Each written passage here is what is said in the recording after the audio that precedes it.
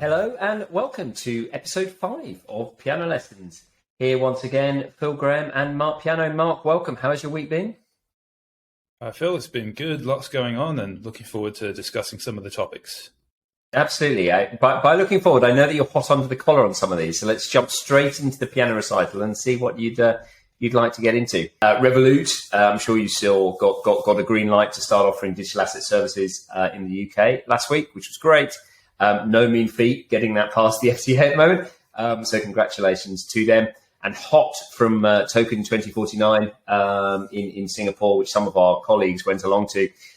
We saw that BitMEX announced that it was going to launch its own token by the end of the year. Be interesting to see how that plays out for them, having gone through a relatively bumpy ride over the last few years. Meta rolled out an NFT sharing feature on Facebook and Instagram, which allows users to connect their wallets and share their collectibles, and has to be part of the sort of evolution of how we will use our JPEGs. And this in contrast to Apple, which I saw that actually a number of the NFT marketplaces have commented that Apple are really making the NFT startup world a very hard place. They have up to 30% commission on various in-app purchases and other sort of clunky pricing conventions that just mean they just don't consider the app functionality really when launching their projects, which is a real shame. And it will be interesting to see how that develops as Apple begin to get their head around this world. There was an election, I'm sure you saw, of a new CEO of Sushi Schwab, Jared Gray, being described as the head chef. Let's see which direction he takes that in. And then Strike, the mobile payments app that facilitates sort of instantaneous transactions through the blockchain, they raised another 80 million. So despite this crypto winter, as we've said on a number of these podcasts, there is still some optimism. There are still projects doing good things, raising in the right way and pushing in the right direction. But you, Marc, have spent your weekend looking through some of the text messages that have been released as part of the ongoing litigation between, obviously, Twitter and Mr. Musk, Web3 social media platform, including fees to remove some of the bots and to post everything on chain. It's fascinating, as a concept, but obviously comes with some real sort of practical and legal challenges. We'd love to hear your views on it. This is my favorite topic because it combines some fairly hot button issues at the moment around free speech and moderation of that, and who moderates it and who makes those calls. But also it's not actually a new idea. So if you remember Steemit a few years ago, that then forked and became Hive, and there was a bit of controversy around that. There's also one a lot of people have probably not heard of because it's not really taken off, Decentralized News Network. And this was the idea of having news articles posted, mostly political news, and then if there was any challenge to the content or there was some fact checking to be done, there would be incentivization for people to post things which were accurate and which people voted as being reflective of what was actually said or the angle on it.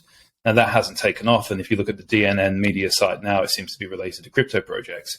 But this idea has been floated for a while.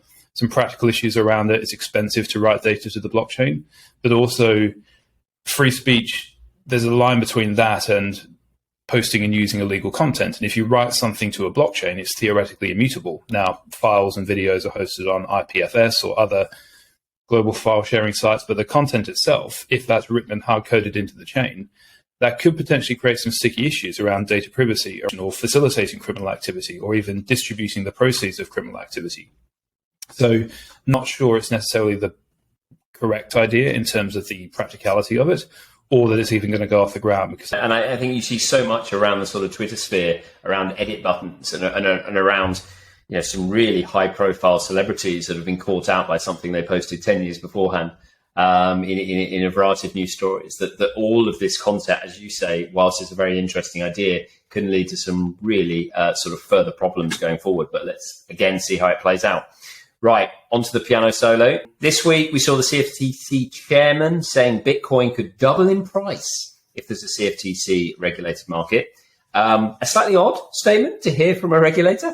All right, for a start, I've never heard a regulator make a statement like that. The idea that if you let us control things, you could make more money. So really? This is nuts. So there's a bit of context here. There's a turf war going on between the CFTC and the SEC as to who's going to regulate crypto. But the wider issue I have is that this is being positioned as if we regulate this space in a controlled and mature way, it opens the door for institutional flow or institutional players coming in. And my issue is that's not why this technology was created. It was created, okay, after 2008, but it was a direct alternative to the existing central banking system and the problem of fractional reserve banks and the problems of bailouts and giving people a full moral hazard environment. And that's why Bitcoin was originally created. There was talk back in 2015, 16, 17 of banking the unbanked and democratizing access to finance and allowing people to organize and manage human affairs in a fair and verifiable manner.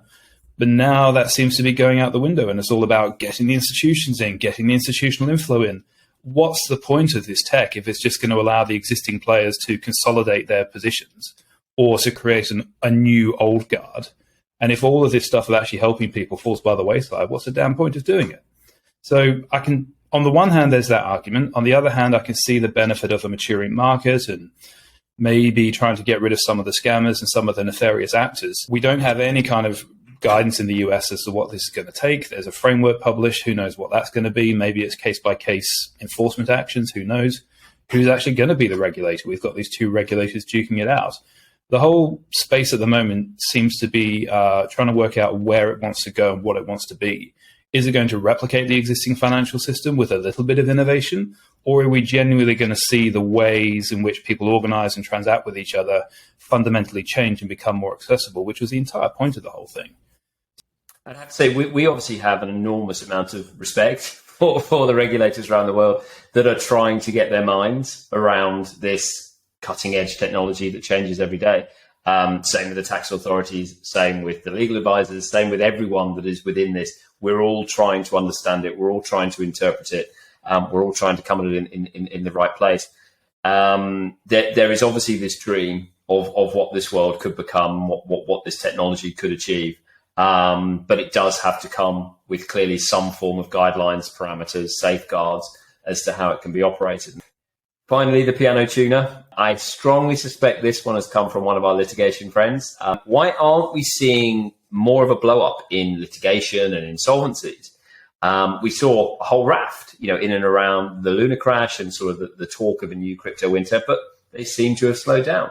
Do you foresee that there are still some fundamental sort of actions and issues that are going to play out and come through? I don't know, really, because we saw an immediate contagion with quite a few actors being affected by the collapse of Luna and that having a knock-on effect on certain lenders and funds. We've had certain funds blow up pretty quickly. Now, even though things seem to be a bit quieter and we're not seeing this widespread contagion affecting other markets, if you look at FTX, for example, they jumped in on potentially some not great commercial deals by their own admission, but they wanted to save certain players. I don't think we're going to see a continued spread of the contagion because I think it's been several months now and not everyone took the same position. We have to remember that just because a few players were affected by it doesn't mean everyone's going to be affected by it. Now, there's unforeseen consequences and there's certain concomitant effects of some of these insolvencies.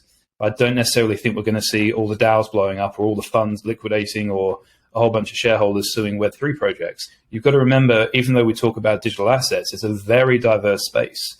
And so just because there is an event doesn't necessarily mean everyone's going to get caught up in it. So we may do, we may not do. I think we've seen the worst of it over for now, and let's see what happens after that. I mean, I think on the fund side, obviously we saw 3AC and a few other smaller funds obviously have some serious problems. But fundamentally, there were three things there for me. The first one, that a well-structured fund with sensible legal advisors putting it together for you is able to deal with the sort of the slings and arrows that are thrown at you through these types of volatile markets.